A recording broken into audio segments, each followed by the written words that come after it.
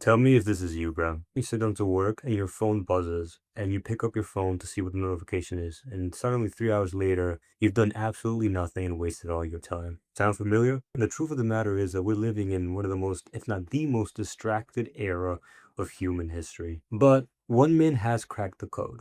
Alex Hormozi, the $100 million man. I've studied all his books. I've studied all his podcasts. I've watched all of his courses, and I've dissected all of it and broke it down into a couple of principles you can implement into your life today. By the way, my name is Gonzalo Bez. I've been able to use these principles and all the advice I talk on this channel to go from a kid that played 8,000 hours of video games in 2 hours, plus averaged a 12-hour screen time on his phone every single day, to averaging 40-minute screen time on my best weeks and a 3-hour screen time on my worst weeks, whilst being able to run this channel, post about 200 times a day, whilst being married, going to the gym, having a job, and having still an active social life. And so if you want to be able to be productive whilst living your actual best life as a man, this is the video for you. Section number 1, don't fight your distractions. So here's the thing you need to understand about Alex Hormozi. He doesn't believe in the ability or in the concept of using your willpower like all of us normies and all of us normal people do. See, your average person, when they think about their distractions, so think about your biggest distractions. Think about, your phone, social media, TikTok, YouTube Shorts. Think about porn. That wastes a lot of time. I think it's like 4 hours on average per week for every man. Think about video games. I think the average is 4 to 5 hours every single day for the average man. And you think about these big distractions you have.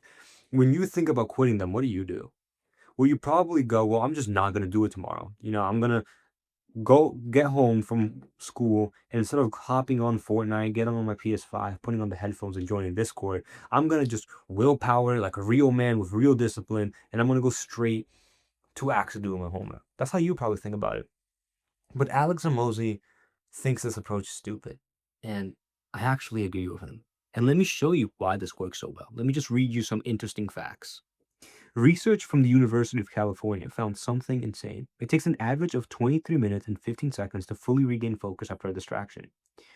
23 minutes. Just think about that for a second. You go on your phone to check out the notification, and you have to wait 23 minutes to get refocused. But then you see this thing going on outside, 23 minutes to get refocused. And then you hear your parents and your brothers talking about something, and you go to see what they're talking about because you're nosy, 23 minutes to refocus. Every little distraction is costing you 23 minutes. Here's another fun fact. Your brain is literally wired to seek novelty, right? That's just biology. Fighting that with willpower is like trying to hold your breath forever. Eventually, you're going to breathe or you're going to die. You have no choice. So instead of fighting distractions, eliminate them. Here's a good example. If you have a big issue with your phone, like most men do, just eliminate your phone. So what I literally did to eliminate my phone from my life and get my screen time from 12 hours to 45 minutes was that I literally wrote down every single thing I use my phone for. I use my phone to listen to music. I use my phone to make sure I know what I'm doing when I'm at the gym, make sure what my workouts are. And so I took that and I literally just replaced my phone. Okay, instead of bringing my phone to the gym to track my workouts, I'll bring a notebook. Okay, instead of listening to music on my phone, I listen to music, on my Alexa, on my MacBook, or whatever. I eliminated my phone from my life. But even if you eliminate distractions like Hormozi, you're still going to fail if you miss this one thing. One thing nobody talks about, yet it makes or breaks your ability to do deep work. Now, look, before we go any further and we talk about the more advanced concepts we want to talk about in this video, we need to talk about something very simple that I don't think people have talked to you about at all, or if not, they haven't talked to you about in the proper way. And that makes all the difference. Because when you understand this concept, everything changes. But if you don't have this concept, if you don't understand it, it doesn't matter what plan you have, it doesn't matter what productivity tips you learn, it doesn't matter what mindset you come into it with. If you simply don't implement exactly what I'm going to tell you in the exact way I'm going to tell you to do it, in the exact way Alex Mosley and I taught me to do it, how I learned from him, it's just not going to work. You're just not going to be able to be productive. You're going to literally try to go to work and you're going to go through the same thing you go through. You're going to use your phone 5 minutes into a task. You're going to procrastinate for an hour and be a task or two behind every single day. And this is all going to lead to you feeling the exact same way you feel every single fucking day. Like you're just not good enough. Like you just can't actually get to work. All because you're missing a simple little concept. And that's this. Your environment is far more important than you think. In fact, I would go to say that when it comes to productivity and inducing a work mindset and a healthy, productive workflow, it is the most important thing you have, the most important tool you can build, the most important lever you can pull, and yet you're just never using it. There's actually research on this. A study from Duke University, for example, found that 45% of your daily behaviors are determined by your environment. Not your willpower, not your motivation, your environment. So your environment matters a lot, more than almost anything. Like I said, but most people just ignore it. Thankfully, not me. I'm someone that struggled with focus a lot. I'm gonna be honest with you. I have an ADHD like brain. From those 12 hours of screen time every single day and 8,000 hours of video games, I really fucked my mind. It's been a long journey to heal and I'm doing better, but I really have destroyed my mind. And so I had to find a way to make focus automatic. And I immediately realized that if I could make my environment induce, almost hypnotize me to work, then I wouldn't have to use willpower. And so I literally went out there and just autistically tried every single environmental setup you can think of. I tested everything. I read everything. I read all the studies. I studied every video I could find. And I've also studied what the most productive people do with their environment to make themselves work, including the $100 million man who actually influenced what I'm about to teach him right now. And that is a system to guarantee you have a productive environment that I like to call CHADS. So let me break it down for you. Let me break down what CHADS stands for. CHADS stands for cold, hungry, alone, dark, silent.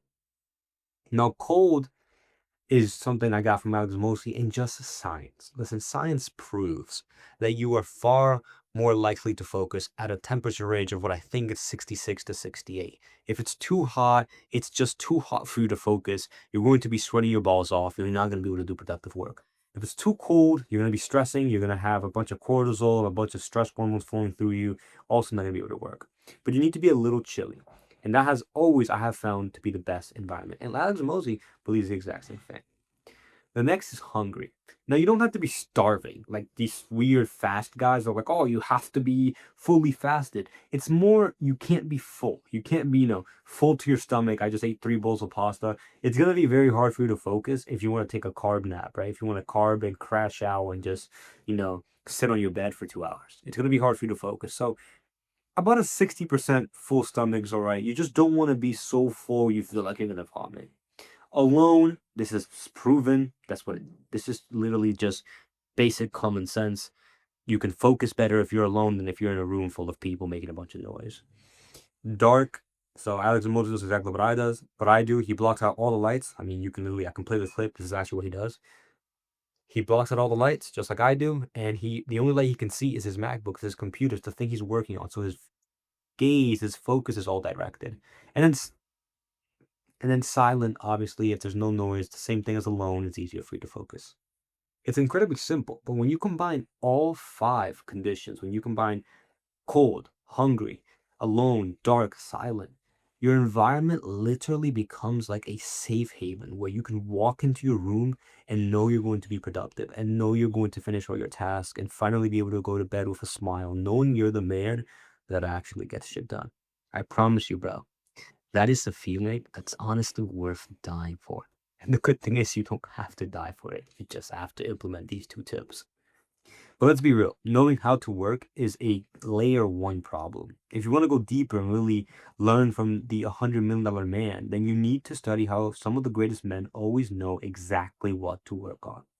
Because if you know how to work and you work on the right things, then you will finally have an undefeatable focus. And there's two simple ways to make sure you're working on the right things in the right way. Again, if you know how to make sure you guarantee focus work, and then you combine that with knowing what to work on, plus you couple that with knowing how to work on that thing in the right way, then everything changes. So take 2 men.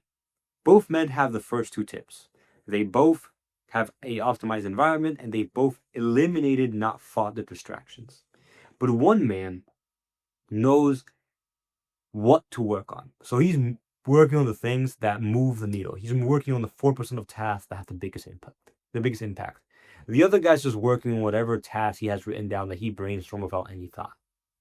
Add to that this guy right here, he also is working on them in the right way. And this guy is not. He's working on them in an incredibly inefficient way. How you work on something and what you work on is almost as important, if not more important, actually, than just being able to show up to work. So how do you do that? The first step is you make sure your list is what I call the obvious list. And I learned this from Alex Hormozi. He was talking about a short. I was watching one of his shorts and he was talking about how every human has an obvious list, a duh list, a thing that is like, yeah, obviously I need to do that. That thing that you just know you need to do. And most people, they don't fail because they don't know what to do. They don't have the right skills. They don't have the right mindset. They don't have enough time. You're not failing because of that.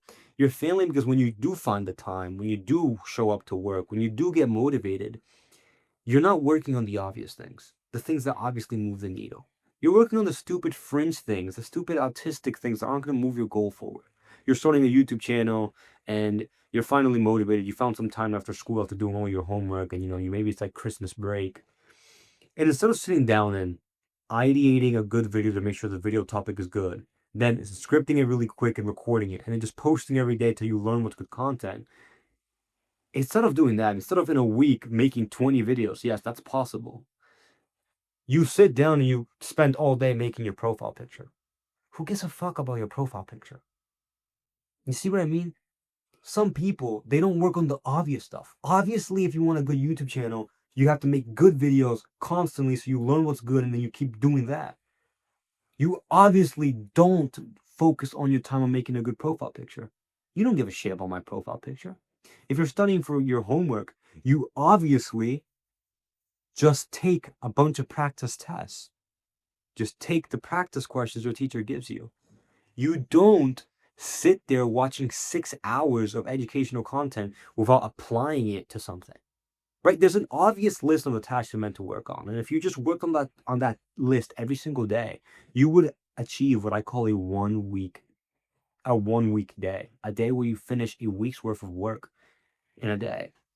Or a 1 month day. You can have a 1 month day. Imagine being able to show up and let's say you have a content platform you're trying to run and you're trying to post more videos on TikTok and YouTube Shorts and just scheduling all of the shorts for the month in one day. I've done it. And if you do this, you can do it too. But obviously you won't be able to do that if you're not working on it in the right way. But how do you actually work on something the right way? Well, you master what Hormozi calls leverage. So Hormozi really was the one that taught me about optimizing how you're working and what you're working on. So you're actually getting return on investment. Because here's the thing. If you put 1 hour in and you only get an hour back of work value, you're always going to lose. Always, I tell you, man, it's hard to hear. It really is, I promise you, but you're always going to lose. The average person that's at the level you want to be at is getting 40x on an hour, right? Elon Musk works an hour, he gets billions. Let's just be real. Do you think you're going to change your blood? Do you think you're going to change your family, feed your wife, feed your kids? If you're putting in 1 hour and getting $1 back, or putting in 1 hour and getting $100 back, whatever it is, if you have a 1-to-1 ratio of input to output, you're not going to make it. And so how do you get a 10, 100x ratio? Because you can do that. You focus on leverage. And so leverage fundamentally means this. This is how Alex Hormozi defines it. Leverage just means output over time. And so, or another way to think about it is how much you get for how much you put in.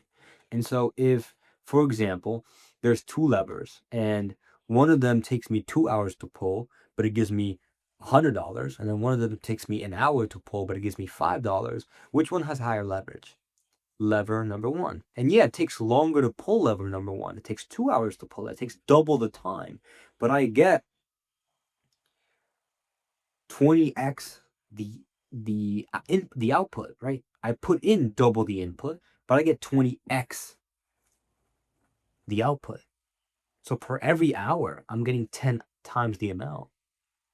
And so that's fundamentally what leverage is, and that's what you need to focus on. Now, how do you do that? You literally just sit down and you take every task you've written down from that obvious list, and you just ask yourself, what is the most efficient? What is the highest leverage way to get this done? How can I, in other words, how can I increase the output? So how can I do more of this in as short as in as little as possible?